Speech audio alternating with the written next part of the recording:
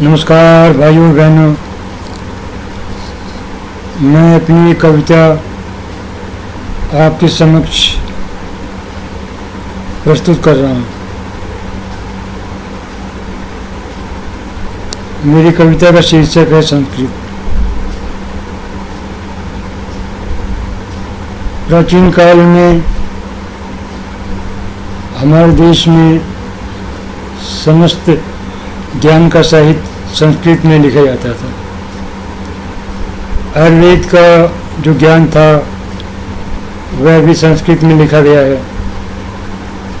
आयुर्वेद की दो महत्वपूर्ण पुस्तकें चरक संहिता और सुश्रुतु संहिता, ये दोनों पुस्तकें संस्कृत में हैं।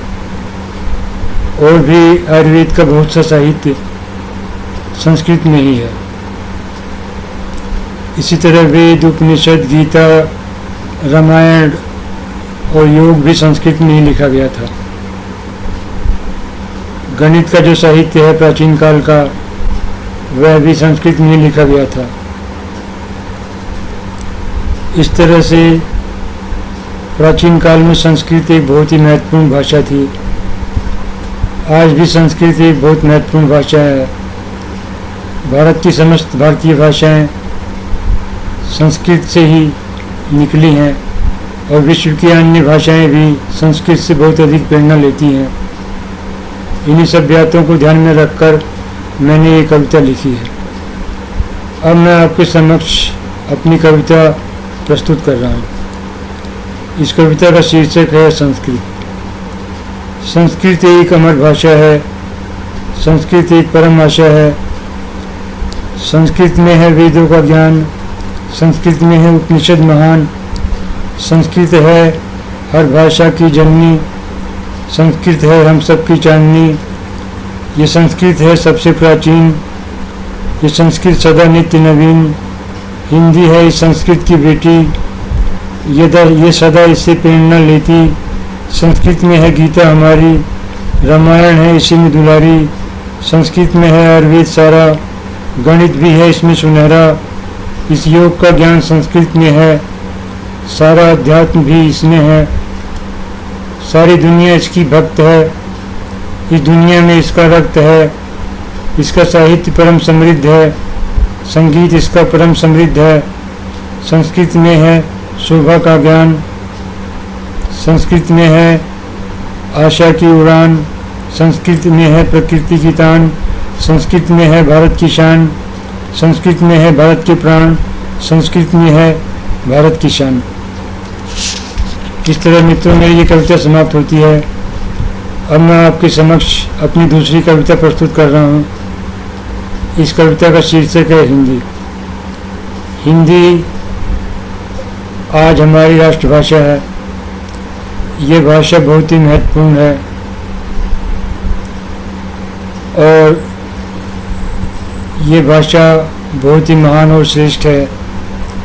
न केवल महान है बल्कि महानतम भाषा है। इसीलिए मैंने ये कविता लिखी है। अब मैं आपके समक्ष अपनी कविता हिंदी प्रस्तुत कर रहा हूँ। हिंदी है जन जन की भाषा। हिंदी है दिल की परिभाषा। हिंदी नहीं है संकीर्ण भाषा। हिंदी नहीं है विकृत अभिलाषा। हिंदी करती है सबका सम्मान। हिंदी फूंकती है सब में प्राण। हिंदी अमरता बरसाती है। हिंदी जीवन को बुलाती है। हिंदी लोक जीवन में बसती। हिंदी सुचरिताएं रचती। हिंदी जीवन धारा सी बहती है। हिंदी अद्भुत ज्ञान दिखाती है। हिंदी करती है आशा से प्यार। हिंदी लाए नित्य नवीन निखार। हिंदी चूमती नीला आकाश। हिंदी बिखरती है दिव्य प्रकाश। इस तरह मित्रों मेरी दूसरी कविता समाप्त होती है। अब मैं आपके समक्ष अपनी तीसरी कविता प्रस्तुत कर रहा हूँ। इस कविता का शीर्षक है भारत की भाषाएं। बंगला, पंजाबी, मराठी, सिंधी, कोंकणी, उड़िया, असमिया, मणिपुरी, गुजराती, नेपाली, बोडो, भोजपुरी, संथाली, खासी, गारो, डोगरी, ये सब हमारी क्षेत्रीय भाषाएं हैं और ये सब बहुत ही महत्वपूर्ण भाषाएं हैं। और इन भाषाओं में बहुत ही श्रेष्ठतम साहित्य लिखा जा चुका है और अभी भी लिखा जा रहा है। इसीलिए मैंने ये कविता लिखी है। इस कविता का शीर्षक है भारत की भाषाएं। बंगला है जन जन की भाषा, पंजाबी है दिल की परिभाषा, मराठी नहीं है संकीर्ण भाषा, सिंधी नहीं है विकृत अभिलाषा, कोंकणी करती है सबका सम्मान, उड़िया फूकती है सब में प्राण, असमिया अमरता बरसाती है, मणिपुरी जीवन को बुलाती है, गुजराती लोग जीवन में बसती, नेपाली सुर सहता है रचती, बोडो जीवन धारा सी बहती है, भोजपुरी अद्भुत ज्ञान दिखाती है, संथाली करती आशा से प्यार, खासी लाए नित्य नवीन निखार, गारो चूमती है नीला आकाश, डोगरे बिखेरती है द्वीप प्रकाश।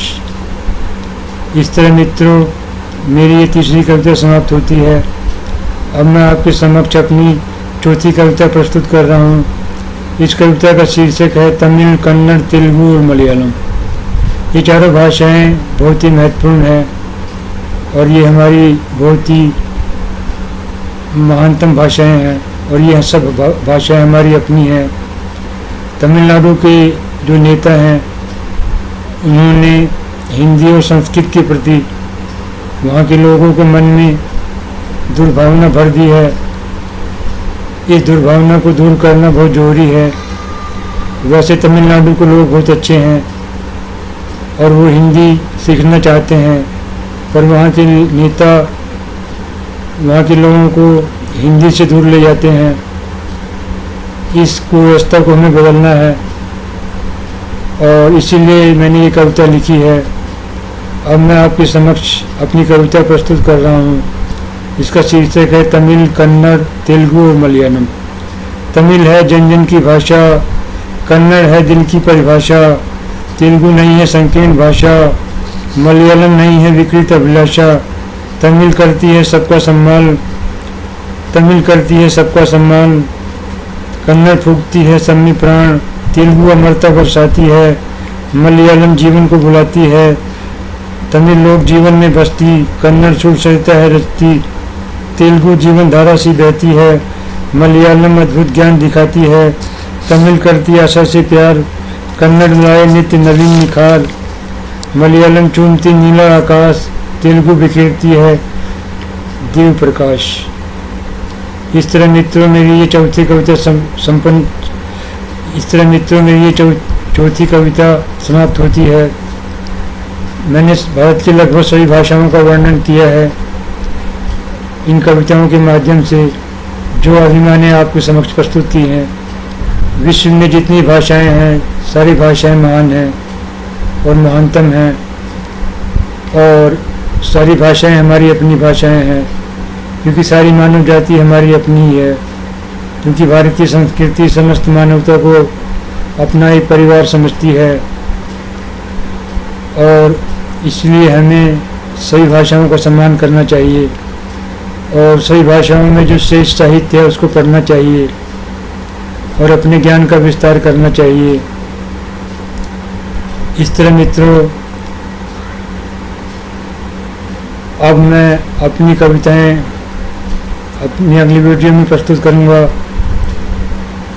तब तक के लिए भारत अमर रहे, भारत के लोग अमर रहे, भारत विकास करता रहे। वंदे मातरम। भारत माता की जय। नमस्कार।